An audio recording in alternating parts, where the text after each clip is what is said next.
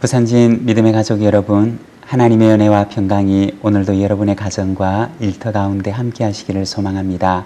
오늘 말씀은 고린도전서 15장 12절에서 19절입니다. 그리스도께서 죽은 자 가운데서 다시 살아나셨다 전파되었거늘 너희 중에서 어떤 사람들은 어찌하여 죽은 자 가운데서 부활이 없다 하느냐.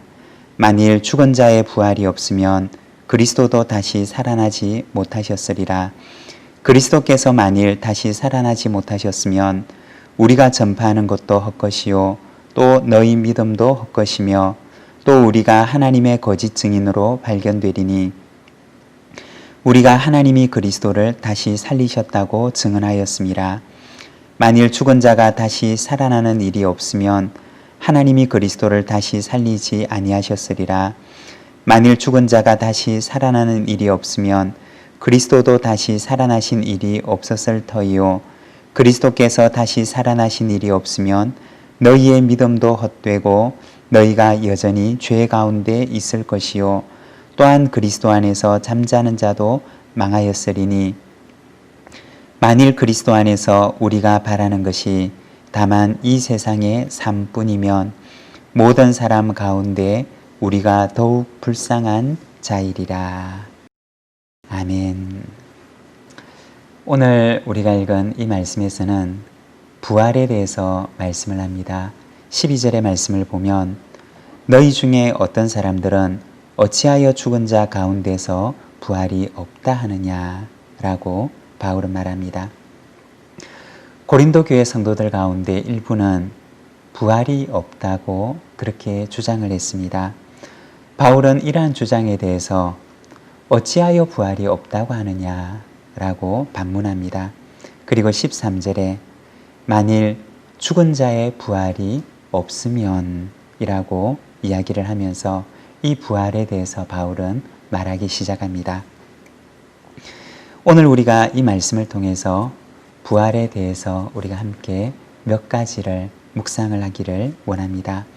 먼저 첫 번째는 죄와의 관계에서 부활을 말하고 있습니다. 17절의 말씀입니다.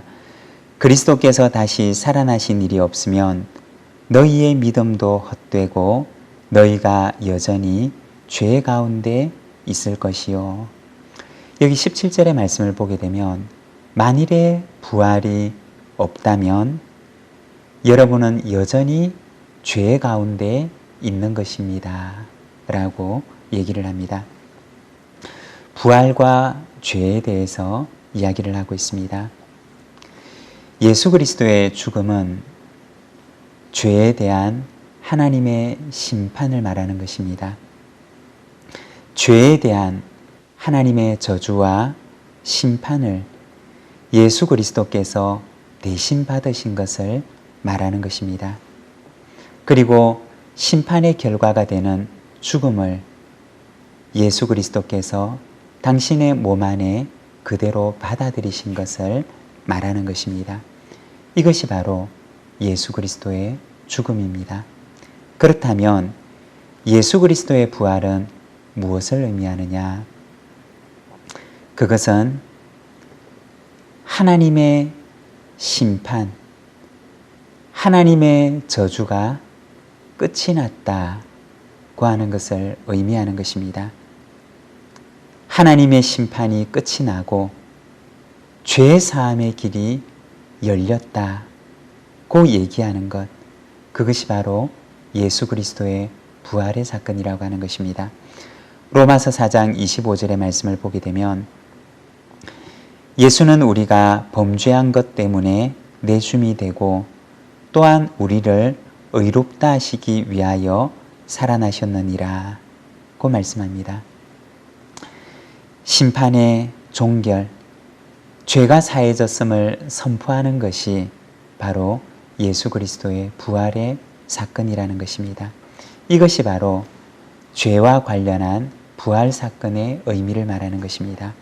여러분, 예수님께서 부활하셨다는 것은 무엇을 말하는 것입니까? 그것은 바로 우리의 죄가 사해졌고 하나님의 심판이 끝이 났다라고 하는 것을 의미하는 것입니다. 두 번째, 부활과 믿음의 관계에 대해서 말합니다.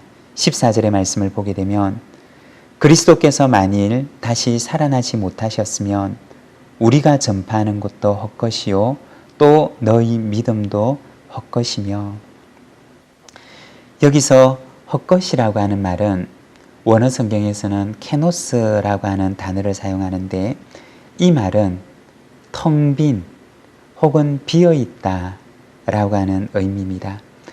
만일의 부활이 없다면 우리가 전파하는 것, 그리고 우리가 믿는 그 믿음은 그 속에 알맹이가 아무것도 없는 텅 비어 있는 것이라고 하는 것입니다.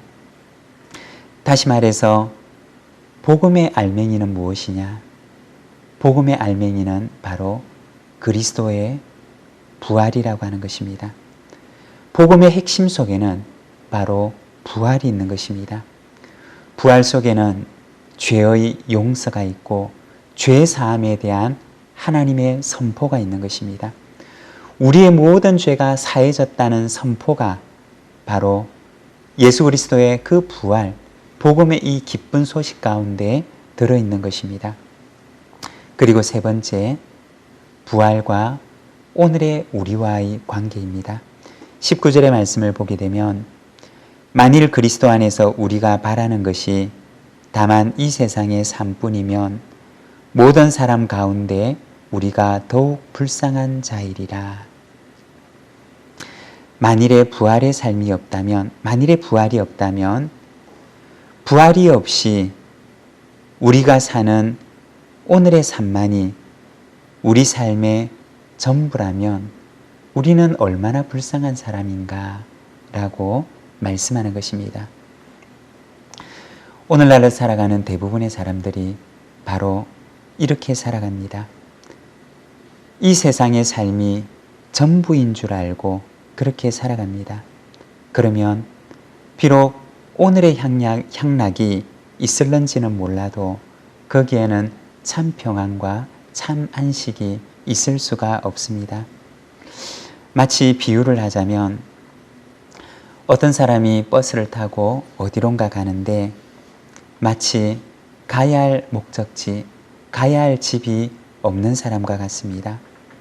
아주 좋은 버스를 타고 멋진 풍경이 있는 곳을 지나가고 때로는 화려한 도심의 한가운데를 지나갑니다. 때로는 근사한 휴게실에 내려서 거기에서 맛있는 음식을 먹기도 합니다. 그러나 버스 안에 타고 있는 이 사람은 가야 할 집이 없습니다. 가야 할 목적지가 없으며 가야 할 집이 어디인지를 알지를 못합니다. 그리고 언젠가 때가 되면 낯선 어디에선가 이제 그만 내리세요 라고 얘기할 때 그는 그 버스에서 내려야 하는 것입니다. 여러분, 이 사람의 버스 안에서의 그 여행이 평안할 수가 있을까요? 버스 안에 여행을 하면서 아무리 좋은 휴게실에 들른다고 한들, 아무리 멋진 풍경을 구경한다고 한들 이 사람의 마음속에 참 쉼과 참 안식이 있을 수가 있을까요? 아마도 버스에서 여행하는 내내 이 사람의 마음 한편에는 불안과 근심과 염려로 가득할 수밖에 없을 것입니다. 애써 잊으려 하지만 그러나 문득 목적지가 없는 그의 인생의 불안감이 그를 찾아올 것입니다. 바울은 이렇게 말합니다. 만일 그리스도께서 우리가 바라는 것이, 그리스도 안에서 우리가 바라는 것이 다만 이 세상의 삶뿐이면 모든 사람 가운데 우리가 더욱 불쌍한 자이리라. 그리스도의 부활은 오늘 우리에게 말씀합니다. 우리는 돌아갈 집이 없는 사람이 아니라 돌아갈 집이 있고 본향으로 가는 그 버스 위에 있는 사람이라고 우리에게 이야기를 합니다. 그 버스 안에서의 길이 때로는 멀고 험할 수도 있지만 그러나 그 안에 돌아갈 집이 있는 사람은 평안과 참 안식과 쉼을 누릴 수가 있습니다. 왜냐하면 그 길 끝에는 그가 가야 할 집이 있고 그를 기다리고 있는 부모님이 있으며 그를 기다리고 있는 가족이 있기 때문입니다. 사랑하는 여러분, 그리스도의 부활은 우리의 소망입니다. 그리스도의 부활은 영원한 본향을 향한 하나님의 초청입니다. 우리는 길을 잃은 인생이 아니라